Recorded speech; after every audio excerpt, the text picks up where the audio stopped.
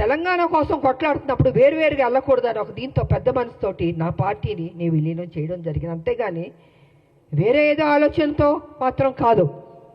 ఎందుకు చెప్తున్నానంటే అసలు తెలంగాణకి విజయశాంతికి సంబంధమే లేదన్నట్టు మాట్లాడుతుంటే చాలా అసహ్యంగా కూడా ఉందండి. ఒక ఆడబిడ్డని మెచ్చుకోవడం నేర్చుకోండి. మీకు మెచ్చుకోవడం మనసు రాకపోతే నోరు మూసుకొని కూర్చోండి. అంతేగాని మీ ఇష్టం వచ్చినట్టు ఎందుకు ఇచ్చారంటే ఇచ్చారండి కాంగ్రెస్ ఒక ఎమ్మెల్సీ. ఆ ఎమ్మెల్సీ ఇచ్చినందుకు కూడా మీకు అంత బాధ వేస్తుంది బీజేపీకి, టీఆర్ఎస్ అంటే. మా రాజకీయ నాయకుల శత్రువులారా బంద్ చేయండి. మా ఉద్యమ నాయకులు మేము మిమ్మల్ని వదిలిపెట్టాం.